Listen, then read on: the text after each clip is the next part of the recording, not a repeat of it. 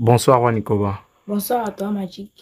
Après le match Sénégal-Pays-Bas, quelle est ta lecture générale? Oui, ce match était un match très intéressant malgré la défaite du Sénégal. C'était un match totalement équilibré. C'est vrai qu'au début de cette rencontre, on avait plutôt vu les Pays-Bas dominer complètement le Sénégal en vue de l'absence de Sadio Mané et tout ce qui est autour. Mais au vu de ce match, malgré la défaite du Sénégal, on a vu plusieurs qualités individuelles, notamment Ismaël Lassa, Boulaye Dia.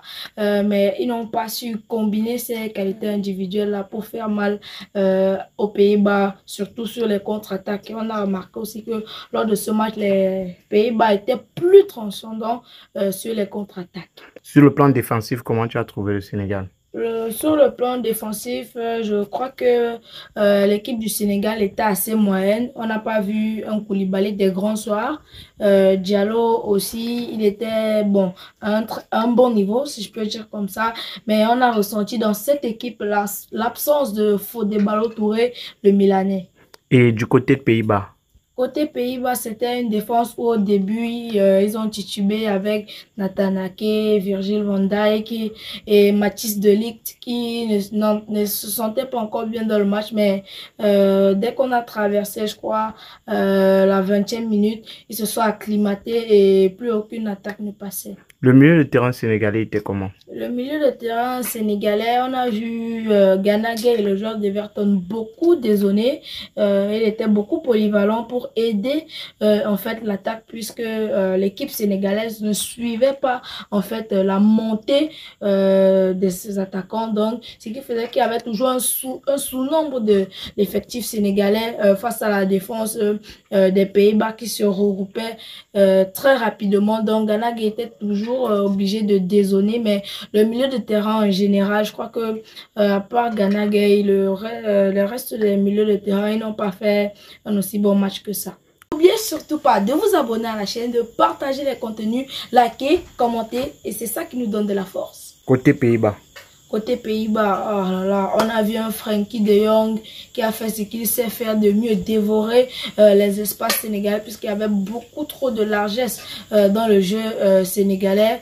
Donc Frenkie de Jong réussissait à dévorer complètement les espaces, ce qui faisait qu'en à peine 3 passes, les Pays-Bas se retrouvaient dans la surface sénégalaise. Mais le manque en fait de réalisme des joueurs jusqu'à l'entrée de Memphis Depay, puisqu'avant l'entrée de Memphis Depay, les joueurs hollandais, je peux dire comme ça, ont eu plusieurs opportunités, mais n'ont pas été cliniques. Mais depuis l'entrée de Memphis Depay, Memphis Depay est venu accentuer en fait la domination de la Néerlande suite à ces 30 dernières minutes.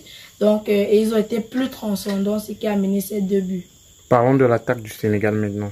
L'attaque du Sénégal, je crois que l'attaque du Sénégal avait bon, je peux dire comme ça, 2 très bonnes individualités avec Ismaël Assar, le joueur de Watford du côté gauche, et Boulaye Dia, le joueur de la Salernitana dans l'axe. Mais ils n'ont pas réussi à, je veux dire quoi, à se trouver en fait. Parce qu'on a vu Ismaël Assar beaucoup, je veux dire quoi, beaucoup faire ce qu'il sait faire le mieux. On l'a vu beaucoup dribbler, éliminer Dumfries sur le côté droit. Mais après, il n'a pas réussi en fait à trouver Boulaye Dia dans l'axe, et ce qui a fait que l'équipe du Sénégal n'a pas pu trouver la faille.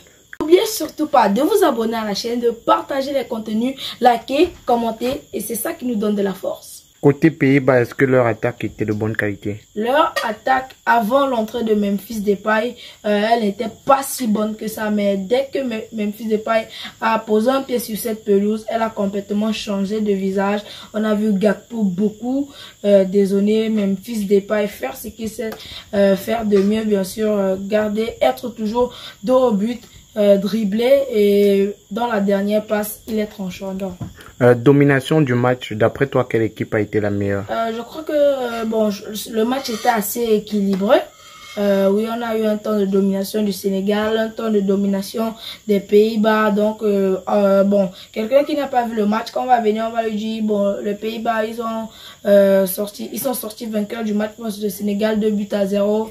On peut facilement croire qu'ils ont lourdement dominé le match, mais c'était plutôt le contraire. C'était un match assez équilibré des 2 camps. Qu'est-ce qui peut expliquer le manque d'efficacité du Sénégal? Le manque d'efficacité du Sénégal peut tout simplement être expliqué par l'absence de Sadio Mané. On a vu des actions où Sadio Mané aurait été beaucoup plus efficace pour son expérience qu'il a. En fait, cette qualité a toujours bien se positionner que Boulal Dia ou Ismaël Assar ou même le joueur de l'Olympique ou bien le joueur même de l'AS Monaco, Diatta n'avait pas. Donc, ce qui faisait qu'ils étaient beaucoup en sous-nombre dans le placement dans les contre-attaques, alors que Sadio Mané est un joueur qui sait se positionner, se place toujours entre les lignes. On a aussi vu beaucoup de hors-jeu du côté de l'attaque sénégalaise suite vraiment à ce problème de positionnement. En termes de construction du jeu, est-ce que le Sénégal était excellent? Non, je crois pas, parce que on a vu le Sénégal beaucoup reculer.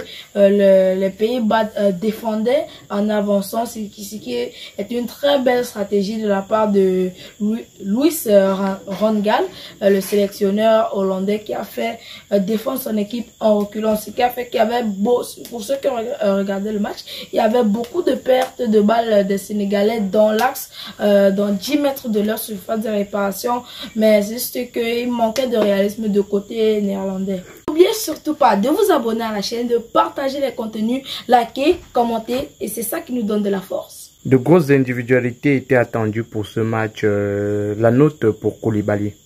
Koulibaly, je crois qu'un 6 sur 10 peut aller, hein, parce que Koulibaly n'a pas fait un très grand match. On l'a vu sur le dernier but de Memphis Depay. Normalement, il ne doit pas attendre que Memphis Depay prenne sa décision, parce que s'il avait intervenu beaucoup plus vite, je crois que Memphis Depay n'aurait pas armé cette frappe qui après a été relâchée par Mendy et Clansen a marqué. Je crois que on n'a pas vu un grand Koulibaly. En fait, Koulibaly est quelqu'un qui est normalement très rock, très rugueux, mais sur cette action là, en fait, il a laissé le temps en fait à Memphis Depay de prendre sa décision, de regarder ce qui était autour de lui, et ça a payé pour les Pays-Bas. Le gardien sénégalais Mendy, comment tu l'as trouvé? Je crois que Edouard Mendy, sur ce match-là, je peux lui donner un 4 sur 10 parce que vraiment, c'était pas son meilleur match. Pour ceux qui ont vu le match, en fait, vous devrez voir que la frappe de Memphis Depay, elle n'était pas si forte que ça, parce que l'intention, en fait, de l'attaquant était de la mettre au petit angle pour planter le gardien, comme on le dit très souvent. Donc, il n'a pas mis trop de puissance, mais plutôt de la précision. Mais Mendy n'a pas réussi, en fait, à la garder dans ses bras et l'a relâché. En fait, ce qui a amené ce deuxième but, et même dans le reste du match, hein, il n'a pas été si excellent que ça. Donc, je crois qu'un 4 sur 10 conviendrait pour ce match à Edouard Mendy. Gana Gueye.